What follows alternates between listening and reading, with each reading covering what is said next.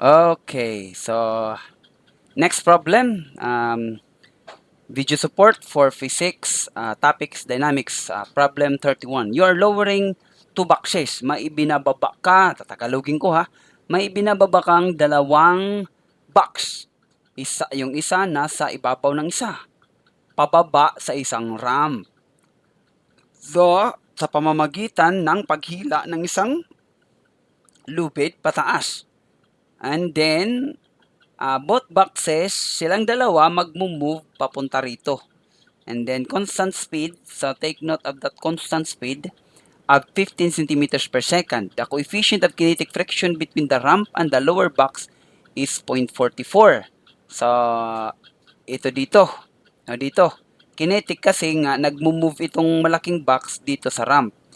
And the coefficient of static friction between the two boxes, dito in between, is 0.8. Okay? So, what force do you need to exert to accomplish this force? So, A muna tayo. Medyo mahaba to. So, actually, what we need is look at the free body diagram for both boxes. Okay? So, anyway, I'll try. So, box. Box A. So, box A.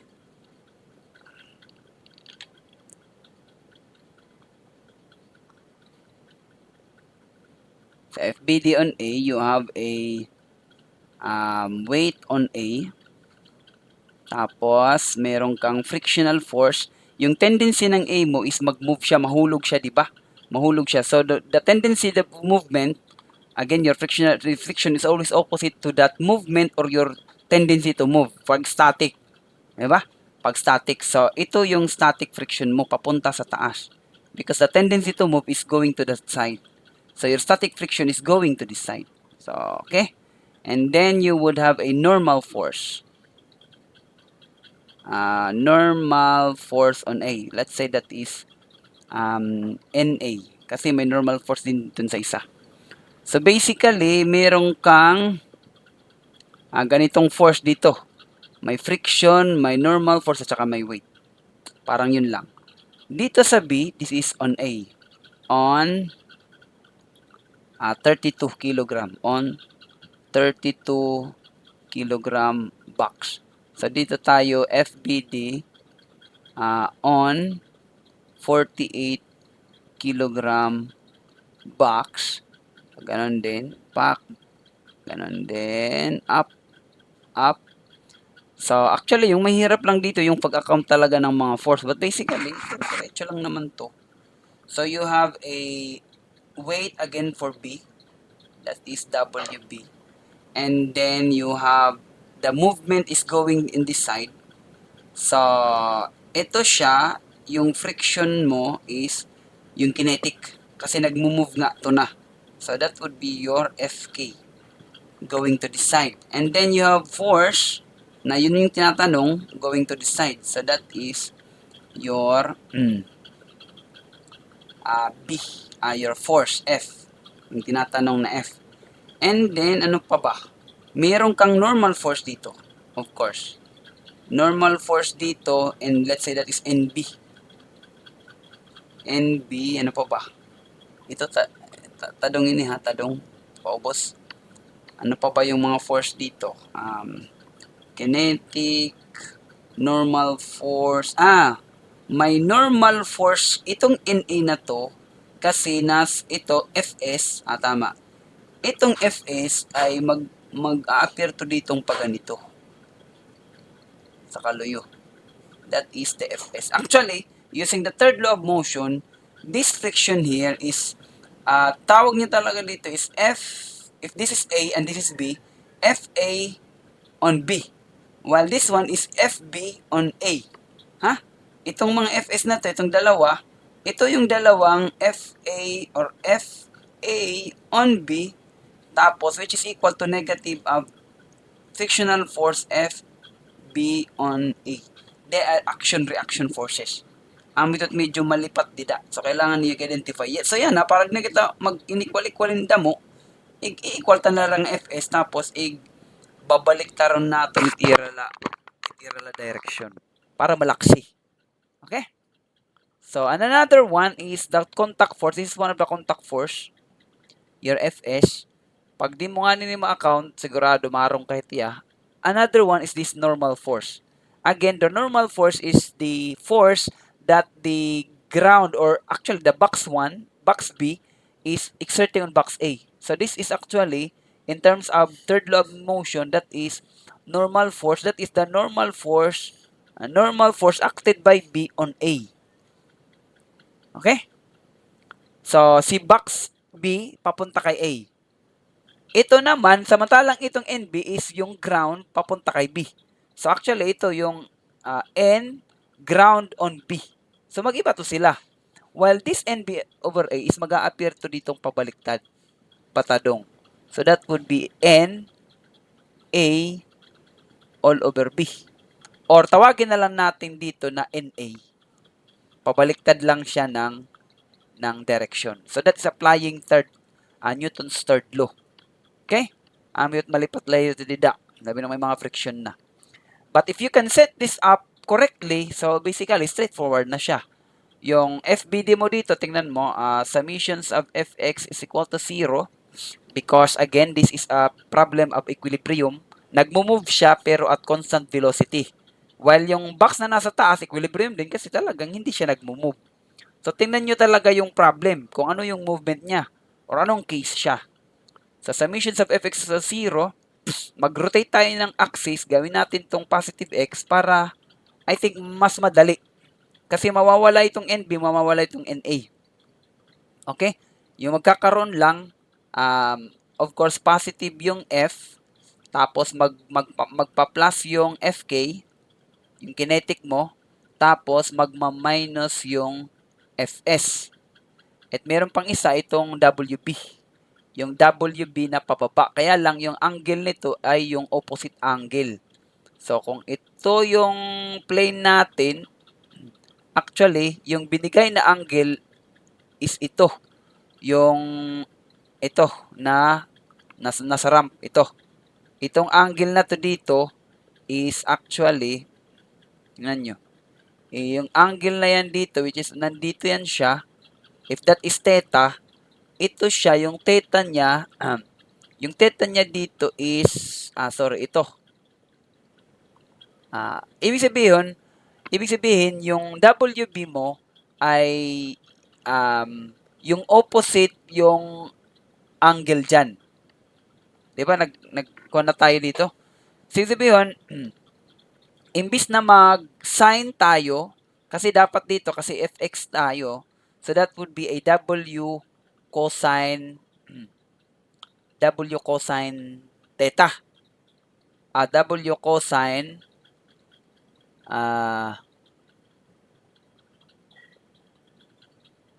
W cosine kasi nga papunta rito.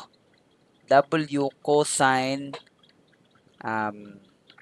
beta. Kaya lang yung angle niya is yung opposite. So actually dapat diyan pwede kang mag-minus kasi pawala yan. So W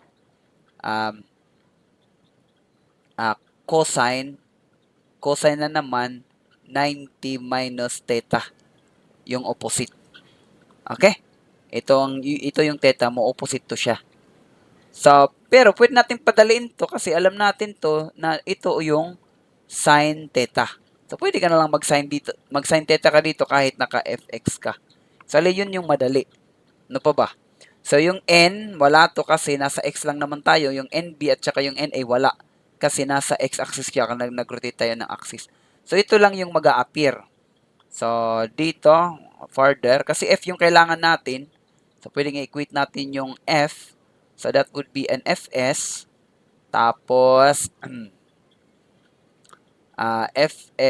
fs. And that would be positive. Then, mayroon tayong fk, negative. At saka mayroon tayong positive na wb. Ito yung sa b. Weight ng b. Cosine beta. Okay. Cosine WB sin theta. So, yung WB, check tayo dyan. Yung theta, check tayo dyan kasi may angle naman na binigay or mayroong relation. Yung Fs, static, galing dito, wala tayo. So, maybe we could summations of force dito on X. Summations of forces on X is equal to 0. Then, yung magpa-positive dito ay yung Fs. Yung magne-negative itong NA, wala. Kasi nag-rotate man tayo ng axis. So, itong si WA lang. So, WA, that is WA, katulad din ng kanina, sin theta siya. So, WA sin theta. So, alam na natin si Fs. Si Fs is equal to WA sin theta. So, meron na tayo dito. Okay? WA sin theta. How about Fk? Si Fk naman, wala tayo. But basically, we can have a summations of forces on Y. Kasi, si Fk kasi alam natin na mayroon siyang relasyon kay NB. Which is mu K NB. Yun na. Mu K NB. Tapos, si NB naman,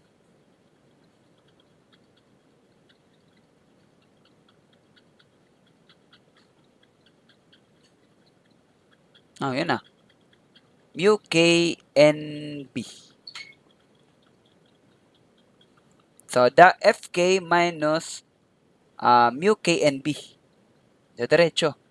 Minus mu K NB at saka wala akong makakalimutan. So, that would be a WB sin theta. So, your NB, meron na ba tayong NB? Wala. Wala rin tayong NB. So, sa summations of forces tayo dito sa Fy. Kasi wala tayo nito, wrong to siya. Sa NB. So, magsa-summations of Fy tayo kasi dito lalabas si NB, si NA at saka si W. So, summations of forces on Y is equal to 0. May pataas ka na NB. Okay? May pababa. Nag-rotate tayo ng isa. May pababa ako na NA. Tapos, may patagilid ako na WB. So, pababa rin si WB pero naka-cosine ako. WB cosine theta. So, by that, you can get NB to be equal to NA plus WB cosine theta. So, may pamalit na ako dito. How about NA? Meron ba akong NA? NA, wala naman akong NA. So, magpupunta naman ako dito sa summations of force on, medyo mahirap-hirap na to actually, summations of force on Y, dito is lalabas dito si NA. May NA ako na pataas, NA, tapos may pababa akong WA, kaya lang naka-cosine theta because it is again the opposite angle. So, pwede ko siyang i-substitute dito. NA is WA cosine theta. So, dito siya. So, NB is WA cosine theta. Okay? WA plus WB cosine theta. So, pwede ko pang ipagsama si cosine theta. So, cosine theta WA plus WB. Anyway, meron akong NB na. So, isa-substitute ko naman to dito banda. Ito. So, I can already compute F, which is WA sin theta minus mu K. And then, ano yung laman ni Kwan? Cosine theta WA plus WB. Okay? And then, plus WB sin theta. So, ito nang lahat. Putlig, itong sin theta, pwede ko na namang pagsamahin. Diba? So, you have sine theta WA plus WB. Diba? And then minus mu K. Then you have cosine theta WA plus WB. Okay. Tapos, yung meron talaga ako is TOA, tangent theta. Tingnan nyo dun sa drawing. Tangent theta is 2.50 all over 4.75. So, but anyway, alam ko ng hypotenuse ko is yung hypotenuse squared is 2.50 squared plus 4.75 squared. So, basically, yung h ko is the square root of this 2.5 squared plus 4.75 squared. So, ibig sabihin, si sin theta, gagawin ko na lang opposite, which is 2.50 all over, kasi ayokong mag-convert pa sa mga sin theta. Gusto ko diretso. But anyway, kung gusto nyong calculate, kayo na yun. Diba? Kasi ito yung gusto ko. Bahala kayo sa gusto nyo. Diba? Parang ganun. So, sin theta na to silang lahat. Tapos, the WA plus WB ako dito. So, minus mu K, which is 0.444. And then, yung cosine theta naman is yung baliktad lang. 4.75, that is the adjacent, all over the square root of 2.5 squared plus 4.75 squared. Cosine theta pa lang siya, tapos WA plus WB. So, si WA, WB, mas A. So, pwede ko nang ilabas dito sa G. So, 2.50 tapos 9.80665 square root of 2.50 squared, 2.5 squared plus 4.75 squared. Ito yung MG kasi ito, may pareho silang may G. So, ito na yung G, tapos magmamas A na lang ako, mas A plus mas B. O, pareho din dito, ano? So, pwede ko na naman silang pagsama. Minus 0.444 times, pwede ko na silang pagsamahin, times 4.75 tapos times G po 9.80665 tapos mas A all over the square root of 2.5 squared plus 4.75 squared tapos MA plus MP. So, pareho na naman tong dalawa, oh. Pati yung baba nila. So, pagsasamahin ko na lang. MA plus MB, parang all over 2.5 squared plus 4.75 squared. So, ito na lang yung matitira. 2.50. Pwede ko pang ilabas pa rin si 9.8. Ilabas ko si 9.8. 9.80665.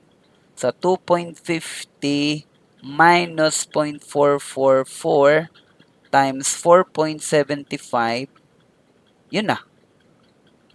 And that would give me my answer. Ito yung mas A is 32 at yung mas B is 48. So, pwede ko na siyang madiretso sa calculator. Pa. So, sa taas, meron kang mas A 32 plus yung mas B ay 48. Tapos, times 9.80665 all over the square root of 2.5 squared plus 4.75 squared. Tapos, times 2.50 minus 0.444 times 4.75. Tadang-tadang, and the answer is 57.1. 57, asan na yung ballpen ko? And the answer is 57.1 Newton in 3 significant figures. Diba? Ang saya-saya. Saya-saya talaga. Okay. So, mahaba na siguro. So, I'll cut the